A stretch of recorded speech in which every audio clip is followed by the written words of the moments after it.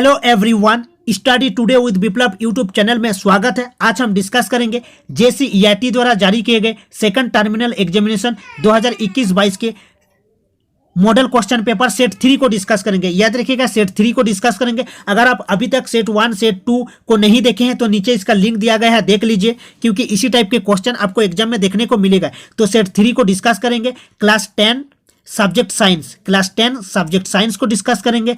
यहाँ पर आपको टोटल मार्क देखने को मिलेगा 40 और समय मिलेगा 1 घंटा 30 मिनट। तो टोटल नंबर ऑफ क्वेश्चन आपको देखने को मिलेगा 19। याद रखिएगा, टोटल नंबर ऑफ क्वेश्चन आपको देखने को मिलेगा 19 और फुल मार्क जो है वो 40 देखने को मिलेगा और टोटल टाइम जो है 1 घंटा 30 मिनट। जनरल इंस्ट्रक्शन को देख लीजिएगा ध्यान से। देखिए यहाँ पर the total number of question 19 है। फिर यहाँ पर लिखा हुआ है, देखिए 1 से क्वेश्चन 7 तक अति लघुत्तरीय प्रश्न है। किन्हीं 5 प्रश्नों का उत्तर अधिकतम 1 वाक्य में दीजिए और प्रत्येक प्रश्न का मान 2 अंक निर्धारित है। फिर नेक्स्ट देखिए सेक्शन बी 8 से प्रश्न 14 तक है, लघु उत्तरीय प्रश्न है। इनमें किन्हीं 5 प्रश्नों का उत्तर अधिकतम 50 शब्दों में दीजिए और प्रत्येक प्रश्न का मान 3 अंक निर्धारित है, अधिकतम 50 शब्दों में दीजिए। फिर नेक्स्ट देखिए दीर्घ उत्तरीय प्रश्न 15 से 19 तक सेक्शन सी में है। इनमें से किन्हीं 3 प्रश्नों का उत्तर अधिकतम 100 शब्दों में दीजिए। ठीक है, 15 से 19 तीन प्रश्नों का उत्तर देना है 100 शब्दों में और प्रत्येक प्रश्न का मान 5 अंक निर्धारित है। तो चलिए वीडियो को शुरू करते हैं।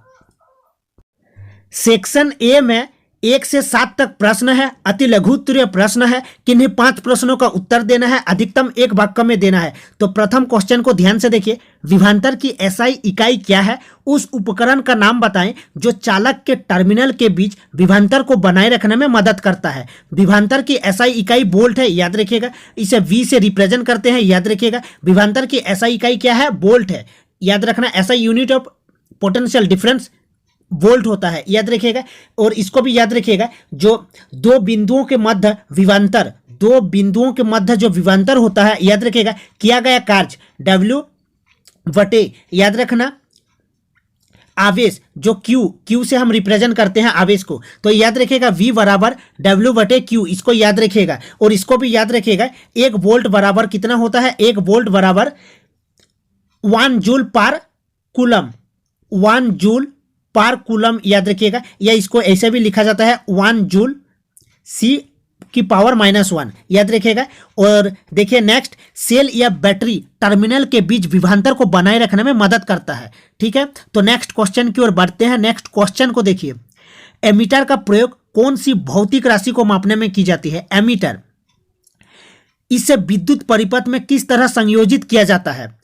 तो एमीटर का प्रयोग विद्युत धारा मापने में किया जाता है, याद रखिएगा। एमीटर का प्रयोग विद्युत धारा, इलेक्ट्रिक करंट मापने में किया जाता है। इसे विद्युत परिपथ में श्रेणी क्रम में संयोजित किया जाता है, मतलब सीरीज में संयोजित किया जाता है, याद रखिएगा। और इसको याद रखिएगा, जो 1 एम्पियर होता है, 1 एम्पियर इजिकल टू क्या होता है?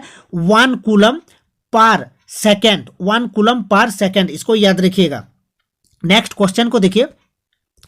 सोल्डर जो मिश्र धातु है, सोल्डर जो एक मिश्र धातु है, वह किन किन धातुओं से मिलकर बना होता है? तो याद रखिएगा, सीसा मतलब PB, लेड कहा जाता है, PB सीसा लेड, प्लस टीन SN, इसका सिंबल क्या है? टीन का SN। तो याद रखिएगा इसको, सीसा और टीन। जैसे पीतल हो गया, पीतल का जो मिश्र धातु होता है, इसको भी याद रखिएगा। जिंक होता है पीतल का, प्लस कॉपर होता है, याद रखिएगा। पीतल का जिंक और कॉपर। जैसे कांसा का क्या होगा ना? कॉपर प्लस टीन होगा, इसको भी याद रखिएगा। कॉपर प्लस टीन कांसा का। तो नेक्स्ट क्वेश्चन की ओर बढ़ते हैं। नेक्स्ट क्वेश्चन को देखिए। निम्नलिखित में कौन से यौगिक समजातीय श्रेणी के यौगिक होंगे? पहले आप जान लीजिए, समजातीय श्रेणी यौगिकों की एक ऐसी श्रृंखला जिनमें कार्बन श्रृंखला में स्थित हाइड्रोजन को एक ही प्रकार का प्रकार्यक समूह प्रतिस्थापित करता है, प्रकार्यक समूह प्रतिस्थापित करता है। जैसे CH4 हो गया, C2H6 ये हो गया, याद रखिएगा, समजातीय। ठीक है, तो इसका सही आंसर हो जाएगा CH4 C2H6, याद रखिएगा। जैसे CnH2n+2, तो n में अगर 1 रखा जाएगा तो CH4 निकलेगा और 1 में अगर 2 रखा जाएगा तो निकलेगा, याद रखिएगा, C2H6, याद रखिएगा। नेक्स्ट क्वेश्चन की ओर बढ़ते हैं। नेक्स्ट क्वेश्चन को देखिए, स्त्रियों और पुरुषों में पाए जाने वाले लिंग गुणसूत्र कौन से हैं? स्त्रियों में XX पाया जाता है, याद रखिएगा। स्त्रियों में XX और फीमेल में XX और मेल में याद रखिएगा XY। इसको याद रखिएगा, इसको याद रखिएगा। ह्यूमन में, मानव में 23 पेयर मतलब 46 टोटल क्रोमोसोम पाया जाता है, गुणसूत्र पाया जाता है, याद रखिएगा। 23 पेयर, याद रखिएगा। 22 होता है ऑटोजोम और 1 होता है 1 पेयर सेक्स क्रोमोसोम। मेल का होता है XY, याद रखिएगा। मेल का होता है XY और फीमेल का होता है XX। मतलब एक ही तरह का फीमेल में पाया जाता है। एक मेल बनने के लिए क्या चाहिए? X फीमेल से और मेल से Y, तो ये मेल बनता है, याद रखिएगा। नेक्स्ट क्वेश्चन की ओर बढ़ते हैं। नेक्स्ट क्वेश्चन को देखिए, पारितंत्र में अजैव घटक का उदाहरण दे। अजैव घटक का उदाहरण दे, याद रखिएगा। जिसमें लाइफ नहीं है, जीवन नहीं है, अजैव घटक जैसे ताप, वर्षा, वायु, मृदा एवं खनिज अजैव घटक है। तो पारितंत्र के अजैव घटक का उदाहरण दे। ताप, वर्षा, वायु, मृदा एवं खनिज हो जाएगा इसका सही आंसर। नेक्स्ट क्वेश्चन को देखिए, क्वेश्चन नंबर 7, प्रत्येक पोषी स्तर पर उपलब्ध कार्बनिक पदार्थ का कितना प्रतिशत अगले स्तर पर पहुंचता है? याद रखिएगा। जैसे घास उत्पादक हो गए, इसको प्रकाश संश्लेषण चाहिए, सनलाइट चाहिए, फिर घास को टिड्डा खाएगा, फिर टिड्डा को कौन खाएगा? मेंढक खाएगा, फिर मेंढक को और कोई खाएगा, तो इसका 10% ट्रांसफर होता है, याद रखिएगा। कितना ट्रांसफर होता है? 10%। तो प्रत्येक पोषी स्तर पर उपलब्ध कार्बनिक पदार्थ का कितना प्रतिशत अगले स्तर तक पहुंचता है? 10%, याद रखिएगा, 10%। नेक्स्ट सेक्शन बी को देखिए, यहां पर 8 से 14 तक प्रश्न है। किन्हीं 5 प्रश्नों का उत्तर देना है। अधिकतम, ये लघु उत्तरीय प्रश्न है, अधिकतम आपको 50 शब्दों में देना है। तो चलिए डिस्कस करते हैं। क्वेश्चन नंबर 8 को देखिए, नीचे दिखाए गए दो तारों P और Q में किसका प्रतिरोध रेजिस्टेंस अधिक है और क्यों? रेजिस्टेंस का SI यूनिट ओम होता है, इसका सिंबल याद रखिएगा ओम। रेजिस्टेंस प्रतिरोध का SI यूनिट ओम होता है, याद रखिएगा। तो देखिए इसको कहा जाता है क्या? मतलब ये एक वायर है, तार है, ठीक है। इसी को कहा जाता है, याद रखिएगा, इस क्रॉस सेक्शन एरिया, इसको कहा जाता है क्रॉस सेक्शन एरिया। ये लेंथ है L है, और याद रखिएगा इसका जो फॉर्मूला होता है, इस फॉर्मूला को याद रखिएगा। जो रेजिस्टेंस होता है रो, ठीक है, इसका सिंबल है रो L/A, मतलब ये रो होता है। रो मतलब रेजिस्टिविटी, प्रतिरोधकता, कोफिशिएंट, याद रखिएगा। ए लेंथ मतलब लंबाई, ए हो गया लंबाई, और ए है क्रॉस सेक्शन एरिया, ए वाला क्रॉस सेक्शन एरिया, और एल हो गया लेंथ, याद रखिएगा। इसके फॉर्मूला को रेजिस्टिविटी होता है, इसको याद रखिएगा। जो रो होता है रेजिस्टिविटी कोफिशिएंट, ठीक है। तो इस क्वेश्चन को ध्यान से देखिएगा, यहां पर लिखा गया है, ठीक है। तो देखिए क्वेश्चन दिया गया है P और Q में किसका प्रतिरोध अधिक है और क्यों? तो देखिए तार Q का प्रतिरोध अधिक है क्योंकि अनुप्रस्थ काट का क्षेत्रफल जितना छोटा होगा प्रतिरोध उतना ही अधिक होगा, क्योंकि लंबाई समान है। देखिए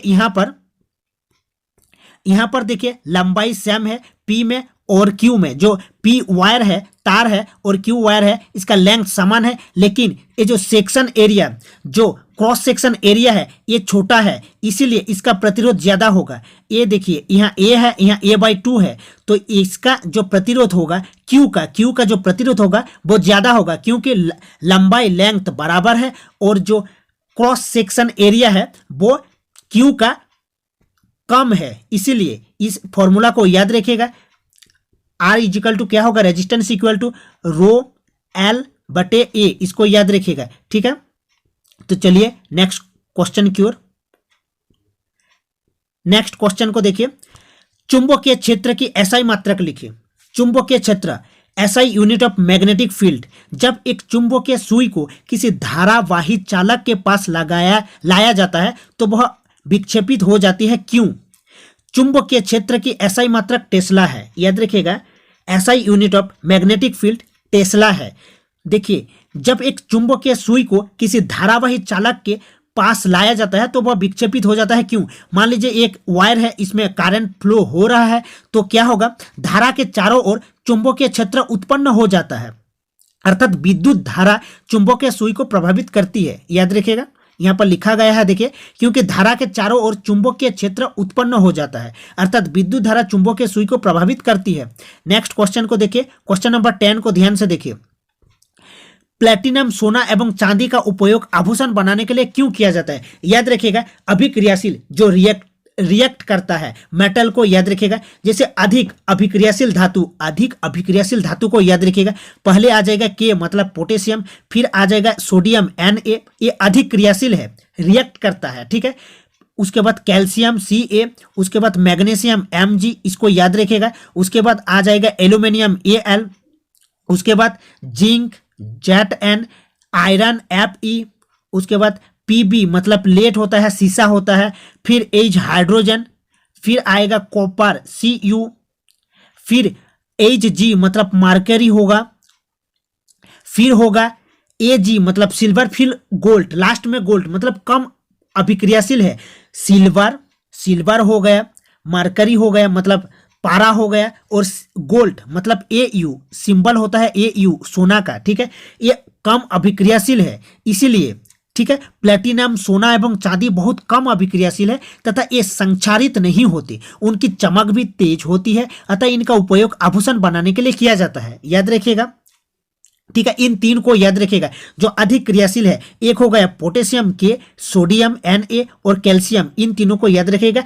और जो कम अभिक्रियाशील है जैसे मार्करी Hg हो गया, इन तीनों को कम अभिक्रियाशील है, याद रखिएगा।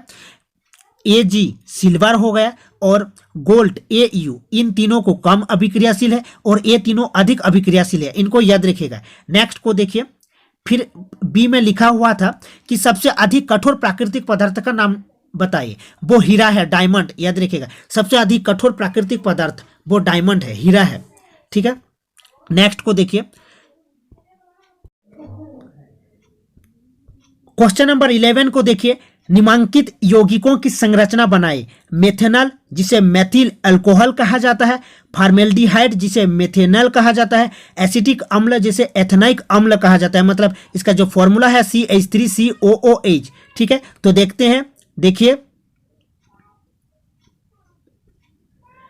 मेथेनॉल को देखिए, इसका जो आणविक सूत्र है CH3OH, तो देखिए यहां पर हाइड्रोजन 4 हाइड्रोजन है, तो कार्बन C के साथ सिंगल बॉन्ड में है, देखिए हाइड्रोजन कार्बन के साथ सिंगल बॉन्ड में है और ऑक्सीजन हाइड्रोजन के साथ सिंगल बॉन्ड में है। फिर नेक्स्ट देखिए फॉर्मेल्डिहाइड, इसका जो आणविक सूत्र है HCHO, इसको ध्यान से देखिए, हाइड्रोजन कितने हैं, 2 हाइड्रोजन है, तो कार्बन के साथ सिंगल बॉन्ड में है, हाइड्रोजन कार्बन के साथ सिंगल बॉन्ड में है, लेकिन कार्बन ऑक्सीजन के साथ डबल बॉन्ड में है। फिर नेक्स्ट देखिए एसिटिक अम्ल का जो आणविक सूत्र है CH3COOH, इसको याद रखिएगा। और देखिए यहाँ पर कितने हाइड्रोजन है, 3 और 1, 4 हाइड्रोजन है और कार्बन 2 कार्बन है, तो हाइड्रोजन के साथ कार्बन सिंगल बॉन्ड में है, ऑक्सीजन कार्बन के साथ डबल बॉन्ड में है और ऑक्सीजन हाइड्रोजन के साथ सिंगल बॉन्ड में है, याद रखिएगा। नेक्स्ट देखिए क्या होगा यदि हम पोषी स्तर के सभी जीवों को समाप्त कर दे। यदि हम एक पोषी स्तर के सभी जीवों को समाप्त कर दे तो इससे पारितंत्र में पदार्थ एवं ऊर्जा का प्रवाह रुक जाएगा, पदार्थ एवं ऊर्जा का प्रवाह रुक जाएगा।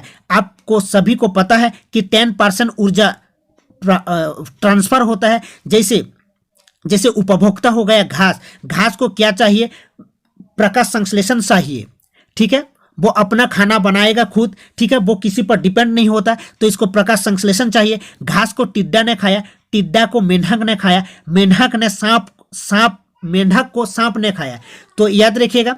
तो क्या होता है, 10% ट्रांसफर होता है एनर्जी, तो याद रखिएगा। तो यदि हम एक पोषी स्तर के सभी जीवों को समाप्त कर दे तो इससे पारितंत्र में पदार्थ एवं ऊर्जा का प्रवाह रुक जाएगा, इससे जैव भू रसायन चक्र धीरे धीरे रुक जाएगा, जिसका व्यापक प्रभाव पूरे पारितंत्र पर पड़ेगा, अंततः पूरा पारितंत्र समाप्त हो जाएगा, याद रखिएगा। नेक्स्ट क्वेश्चन को देखिए, क्वेश्चन नंबर 13 को देखिए। आप कचरा प्रबंधन की समस्या कम करने में क्या योगदान दे सकते हैं, किन दो तरीकों का वर्णन करें। कचरा प्रबंधन की जो समस्या है, ठीक है, जैसे प्लास्टिक का कम उपयोग करना, ठीक है, कागज के थैले का उपयोग करना, ये सब, ताकि कचरा कम हो। तो देखिए पदार्थ दो प्रकार के होते हैं, जैव निम्नीकरणीय तथा अजैव निम्नीकरणीय। इनमें से हमें जैव निम्नीकरणीय पदार्थों का अधिक उपयोग करना चाहिए। जैव निम्नीकरणीय पदार्थों का जो मिट्टी में आसानी से घुल जाए, ठीक है। जैव निम्नीकरणीय पदार्थों को खाद में बदल लेना चाहिए तथा अजैव निम्नीकरणीय अपशिष्टों को चक्रण के लिए फैक्ट्री में भेज देना चाहिए। अजैव जैसे प्लास्टिक हो गया, ठीक है, वो मिट्टी में आसानी से मिलता नहीं है, घुलता नहीं है, ठीक है, तो याद रखिएगा। नेक्स्ट को देखिए, एकल जीव द्वारा उपार्जित लक्षण सामान्यतः अगली पीढ़ी में वंशानुगत नहीं होते हैं, क्यों। एकल जीव द्वारा उपार्जित लक्षण सामान्यतः एकल जीव द्वारा, याद रखिएगा, अगली पीढ़ी में वंशानुगत नहीं होते हैं, क्यों। एकल जीव द्वारा उपार्जित लक्षण सामान्यतः आनुवंशिक नहीं होते, क्योंकि ऐसे लक्षण प्राय अस्थायी तौर पर उत्पन्न होते हैं। ऐसे लक्षण प्राय अस्थायी तौर पर उत्पन्न होते हैं। और नेक्स्ट को याद रखिएगा, उपार्जित लक्षण प्राय आनुवंशिक नहीं होते। उपार्जित लक्षण जो होते हैं आनुवंशिक नहीं होते, क्योंकि आनुवंशिक लक्षण लैंगिक जनन के समय डीएनए में होने वाले परिवर्तन से उत्पन्न होते हैं, होने वाले परिवर्तनों से उत्पन्न होते हैं। डीएनए का जो फुल फॉर्म होता है डीऑक्सीराइबोन्यूक्लिक एसिड होता है, याद रखिएगा। जैसे माइटोकॉन्ड्रिया का अपना डीएनए होता है और माइटोकॉन्ड्रिया को power house of the cell कहा जाता है, याद रखिएगा। तो ये थे इंपॉर्टेंट क्वेश्चन जो कि आपको एग्जाम में बहुत ही हेल्प करेगा, क्योंकि इसी टाइप के क्वेश्चन एग्जाम में पूछे जाएंगे। तो मिलते हैं नेक्स्ट वीडियो में।